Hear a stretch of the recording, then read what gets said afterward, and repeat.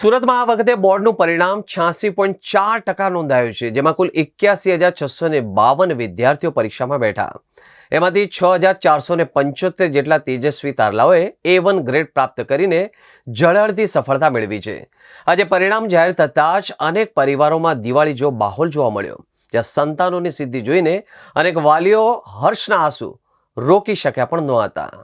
સુરતમાં ધોરણ 10નું શાનદાર પરિણામ જાહેર થતાની સાથે શાળાઓમાં ભારે ઉત્સાહ જોવા મળ્યો હતો.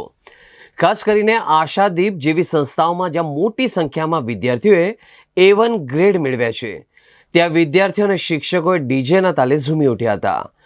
પરીક્ષાનું પરિણામ જાહેર થતાં શાળાઓમાં ક્યાંક ખુશી તો ક્યાંક લાગણીસભર દ્રશ્યો પણ જોવા મળ્યા હતા.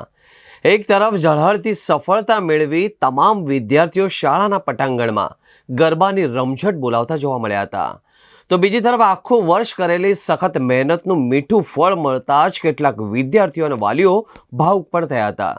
પરિણામ જોતા જ તેમની આંખોમાંથી હર્ષના આંસુ વહેવા લાગ્યા હતા, જે તેમના વર્ષભરના પરિશ્રમ અને સંઘર્ષની સાક્ષી પૂરતી હતા.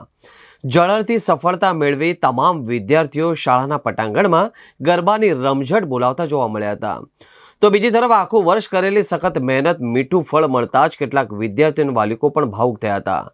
પરિણામ જોતા જ તેમની આંખોમાંથી હર્ષના આંસુ વહેવા લાગ્યા હતા, જે તેમના વર્ષભરના પરિશ્રમ અને સંઘર્ષની સાક્ષી પૂરતા હતા.